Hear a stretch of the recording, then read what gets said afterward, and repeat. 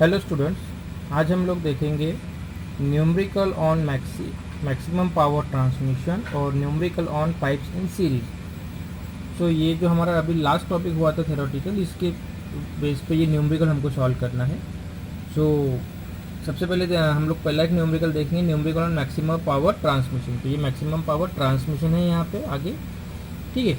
So maximum power transmission की आपको दो कंडीशंस आपको सभी को पता है कि सबसे पहले हम उसमें क्या करते हैं, एच एफ का जो वैल्यू होता है वो h/3 होता है, और उसमें पावर ट्रांसमिशन का फॉर्मूला होता है पावर ट्रांसमिशन P = रो जी क्यू और एच, रो जी क्यू एच। ये फॉर्मूला है पावर ट्रांसमिशन को फाइंड आउट करने का।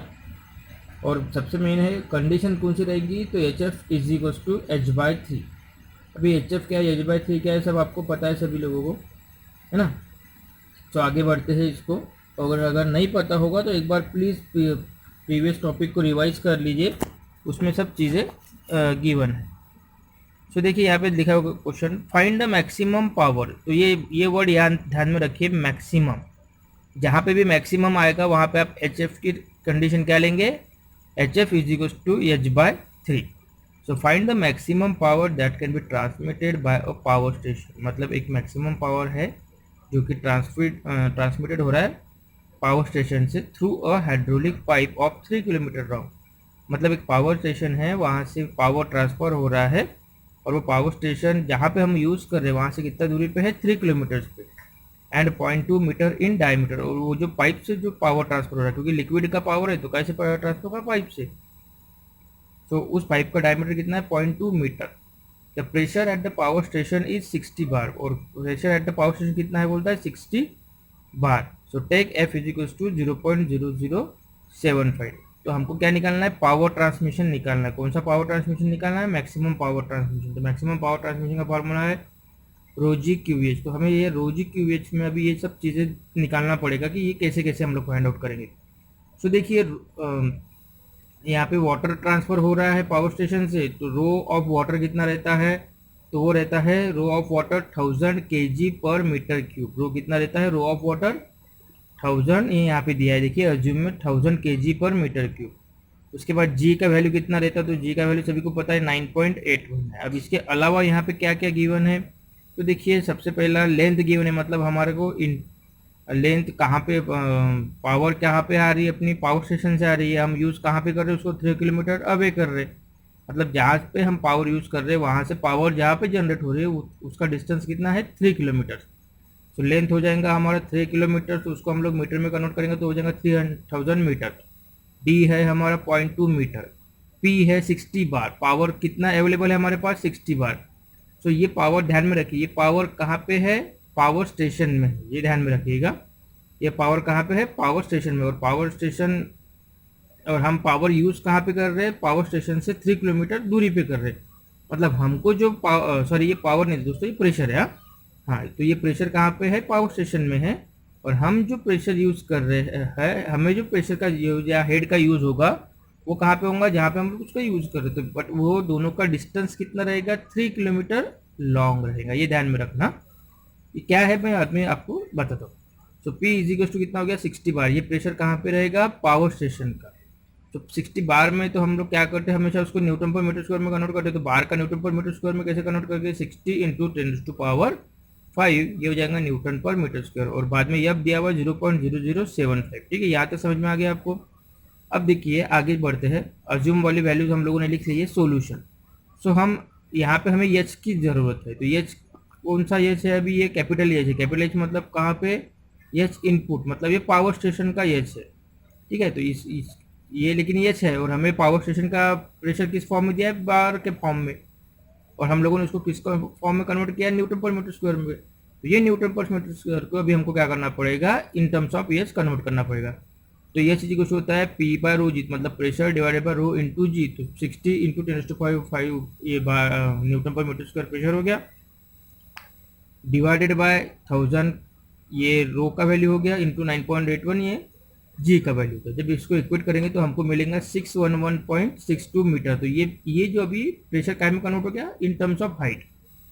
ठीक है, लेकिन ये अभी कहाँ का प्रेशर है, पावर स्टेशन का, ये याद रखिए।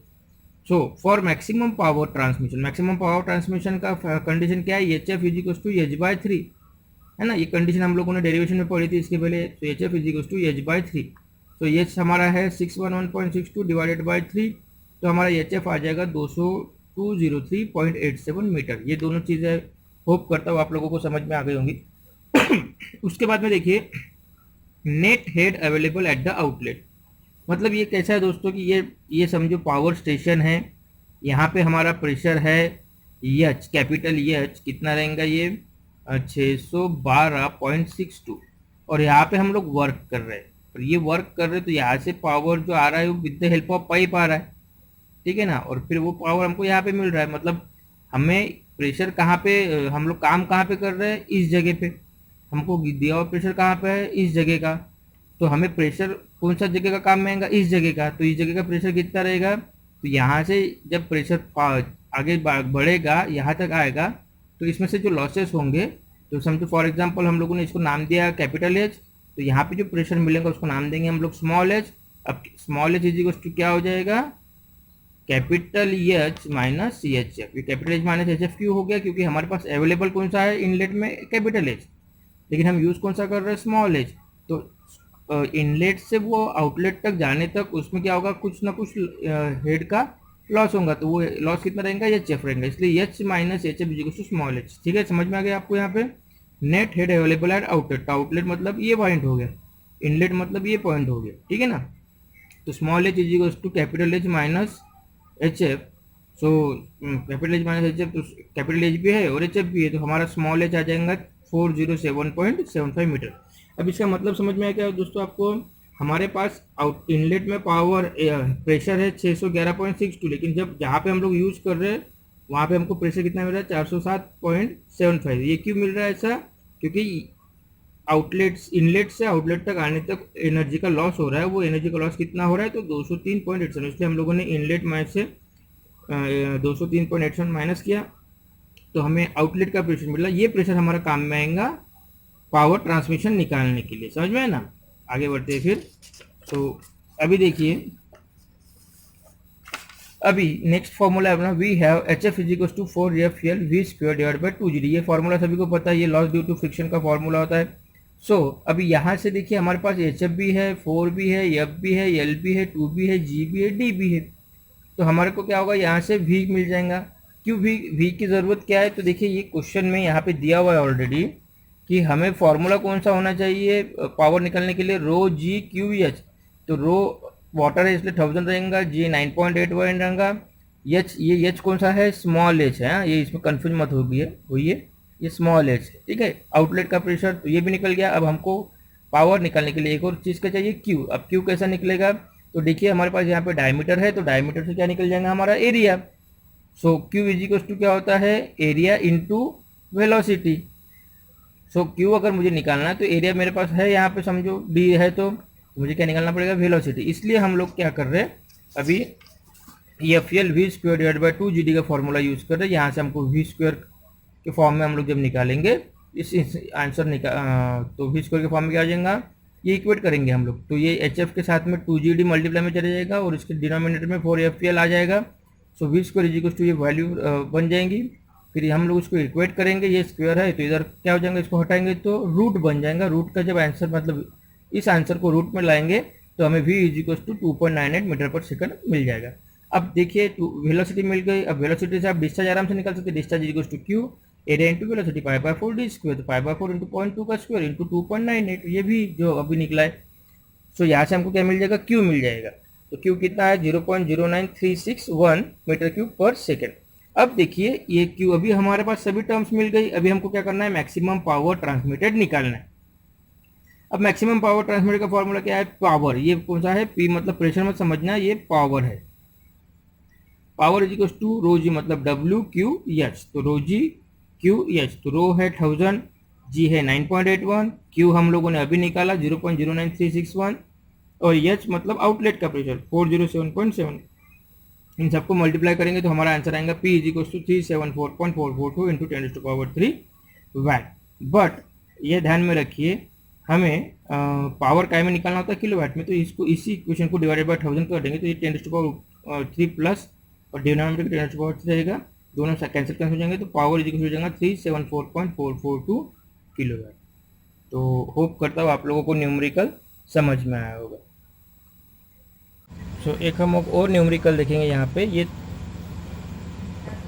इसमें देखिए numerical on major and minor losses, मतलब कंबाइंड लॉसेस का काउंट किया गया है। A pipe 850 metre long connected to reservoir whose level difference is 50 metre. एक पाइप है जिसका लेंथ है 850 मीटर, जिससे दो रिजर्वायर कनेक्ट है और उनका लेवल डिफरेंस है 50 मीटर, मतलब दोनों के बीच का जो हाइट प्रेशर का डिफरेंस है 50 मीटर है। Find discharge in a pipe in litres per second, हमको क्या करना है, डिस्चार्ज निकालना है in litres per second. If diameter of pipe is 0.5 metre, तो डायमीटर कितना दिया है इसका 0.5 metre, take all losses into account. ये इंपॉर्टेंट लाइन है, देखिए यहाँ पे क्या बोला, take all losses into account, मतलब जब एक रिजर्वायर से दूसरे रिजर्वायर तक हम लोग काउंट करेंगे तो हमको सभी लॉसेस कंसिडर करना है, मतलब उसमें मेजर भी करना है और उसमें माइनर भी करना है। तो ये पॉइंट थोड़ा सा ध्यान में रखिएगा, जब भी न्यूमेरिकल ऐसा आएगा निगलेक्टिंग माइनर लॉसेस, तो सिर्फ आपको मेजर लॉसेस लेना है, या take all losses into account बोला तो आपको फिर मेजर और माइनर दोनों लॉसेस लेना है, ठीक है। Assume F is equal to 0.01। So देखिए सबसे पहले इस न्यूमेरिकल में हमको डायग्राम समझना बहुत इंपॉर्टेंट है। तो देखिए एक पहला टैंक है जिसका है प्रेशर, जिसमें प्रेशर है H1, ठीक है, और ये दूसरा टैंक है, इसमें प्रेशर है H2। तो क्या हो रहा है, जहाँ से हम लोगों ने इस टैंक से इस टैंक में लिक्विड जा रहा है, जिसमें डायमीटर ऑफ पाइप है D 0.5 मीटर, लेंथ है 850 मीटर, और जब यहाँ से लिक्विड यहाँ पे जा रहा है तो उसका प्रेशर ड्रॉप हो रहा है। तो ड्रॉप कितने से हो रहा है, 50 मीटर्स, मतलब H1 माइनस H2 कितना हो जाएगा, 50 मीटर्स, ठीक है ना, ये समझ में आया। अब हमको क्या निकालना है कि डिस्चार्ज कितना है।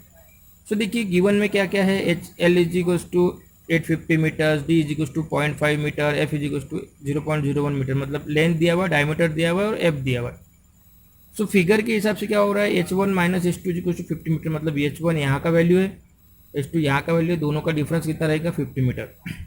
अब हमको क्या करना है, apply Bernoulli's theorem to the free surface of water into two tank, मतलब पाइप में जाने से पहले लिक्विड पे बर्नौलीज थ्योरम अप्लाई करना है, पाइप से निकलने के बाद लिक्विड पे बर्नौलीज थ्योरम अप्लाई करना है, मतलब इस सेक्शन पे और इस सेक्शन पे बर्नौलीज थ्योरम अपने को अप्लाई करना है, ठीक है।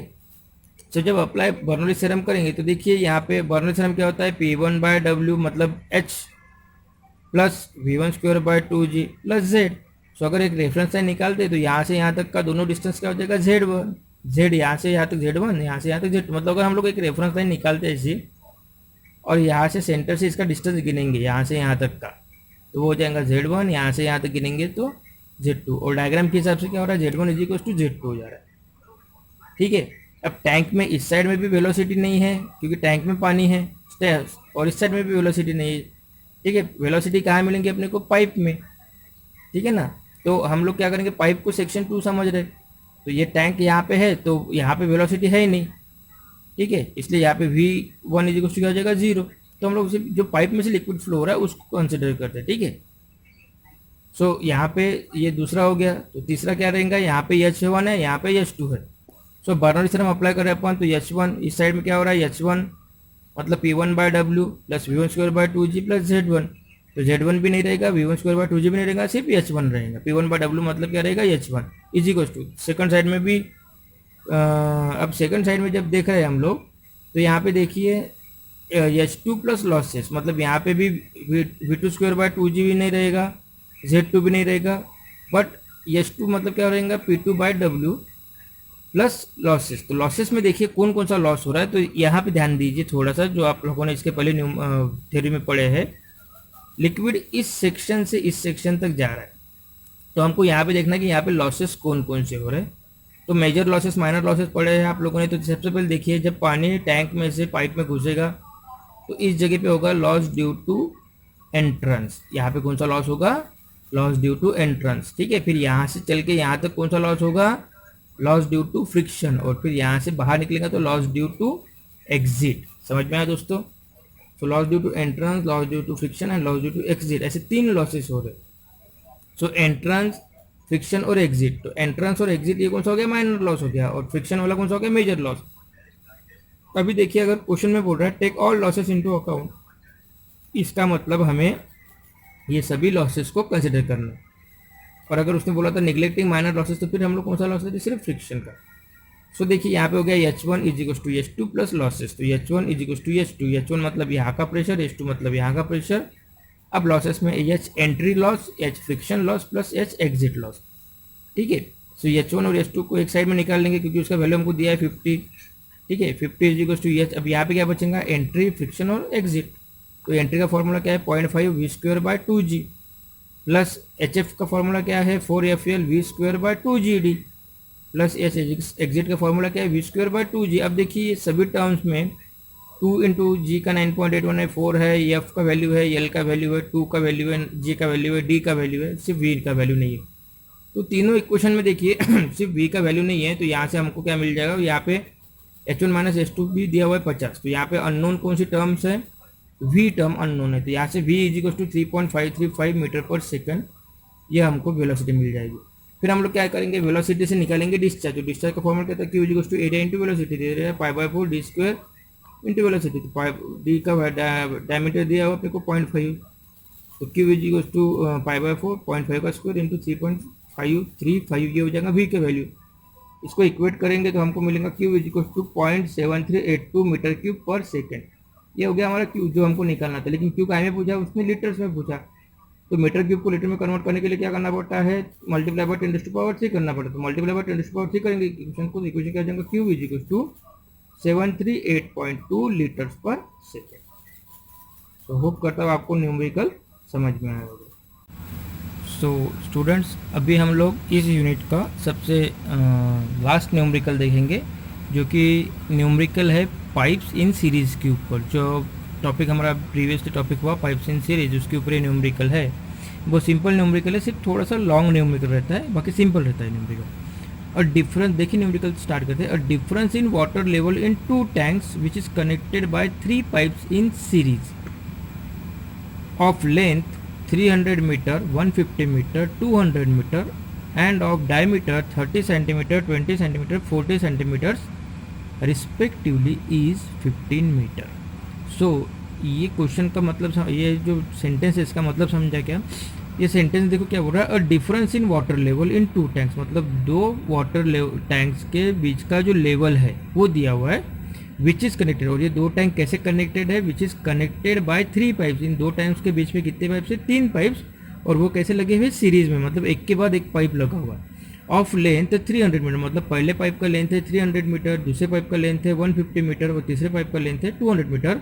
Of and of diameter 30 centimetre, मतलब पहले पाइप का डायमीटर है 30 सेंटीमीटर, दूसरे पाइप का डायमीटर है 20 सेंटीमीटर, तीसरे पाइप का डायमीटर है 40 सेंटीमीटर रिस्पेक्टिवली इज 15 मीटर, मतलब डिफरेंस, दोनों के बीच का डिफरेंस 15 सेंटीमीटर है लेवल डिफरेंस, और दोनों को बीच में 3 पाइप्स लगे हैं जो कि सीरीज में है, जिनके लेंथ भी दिए हुए हैं, जिनके डायमीटर भी दिए हुए। ठीक है, आगे बोलता है ये find rate of flow of water in litres per second. हमको क्या फाइंड आउट करना है, रेट ऑफ फ्लो, मतलब क्यों निकालना है। If coefficient of frictions are 0.005, 0.0052 and 0.0048, तो ये 3 पाइप के एफ भी दिए हुए हैं रिस्पेक्टिवली। निगलेक्टिंग माइनर लॉस, ये ध्यान में रखिए, सबसे इंपॉर्टेंट, निगलेक्टिंग माइनर लॉस, मतलब इस न्यूमेरिकल में हमको माइनर लॉसेस को कंसीडर करना नहीं है। ठीक है, अभी गिवन के ऊपर आ जाते हैं। तो गिवन देखिए, 2 पाइप के बीच में, अभी देखिए गिवन 2 टैंक्स के बीच का लेवल डिफरेंस दिया हुआ है 15 सेंटीमीटर। तो पहले टैंक का हम लोग प्रेशर समझते हैं H1, दूसरे टैंक में प्रेशर है H2, दोनों के बीच का डिफरेंस है 15 सेंटीमीटर। तीनों के लेंथ दिए है पाइप के, तो L1, L2, L3 इसके लेंथ लिखी हुई हम लोगों ने। फिर D1, D2, D3 diameter centimetres में दिया हुआ, इसको हम लोगों ने मीटर्स में कन्वर्ट कर दिया। जैसे पहला डायमीटर 23 सेंटीमीटर, तो उसको 0.3 मीटर लिया, दूसरा है 20 सेंटीमीटर, उसको 0.2 मीटर लिया, तीसरा 40 सेंटीमीटर, तो उसको 0.4 मीटर लिया। फिर 3 एफ दिया हुआ, F1 का वैल्यू दिया, F2 का वैल्यू दिया, F3 का वैल्यू। अब देखिए डायग्राम में देखिए, ये एक टैंक है, ये दूसरा टैंक है।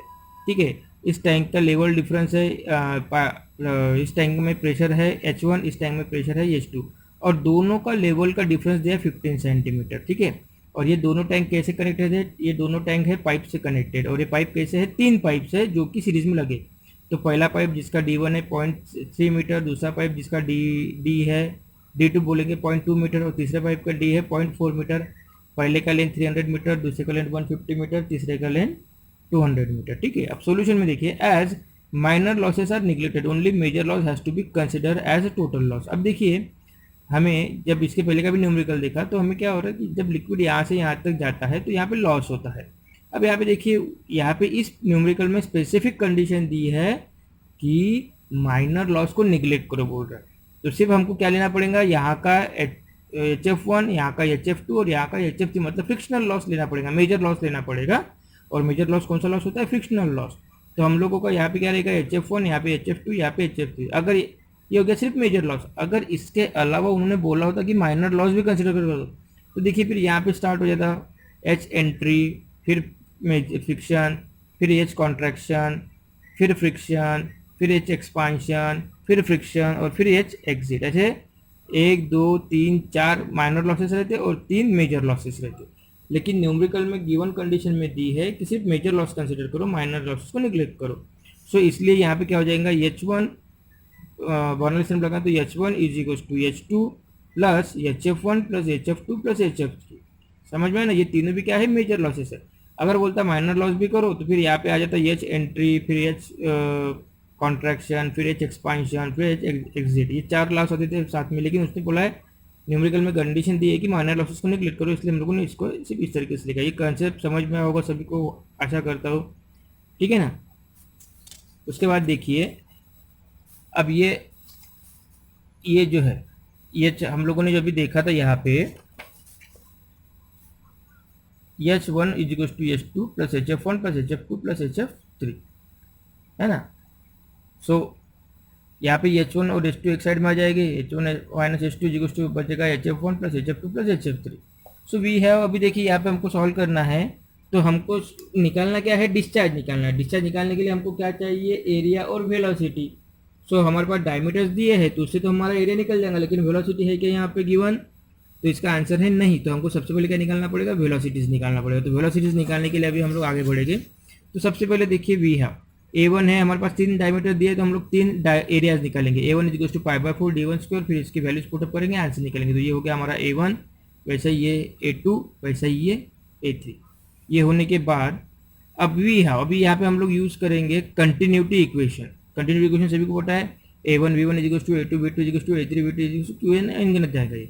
सो we have A1 V1 is equal to A2 V2, हम लोगों ने A1 V1 A2 V2 लिया।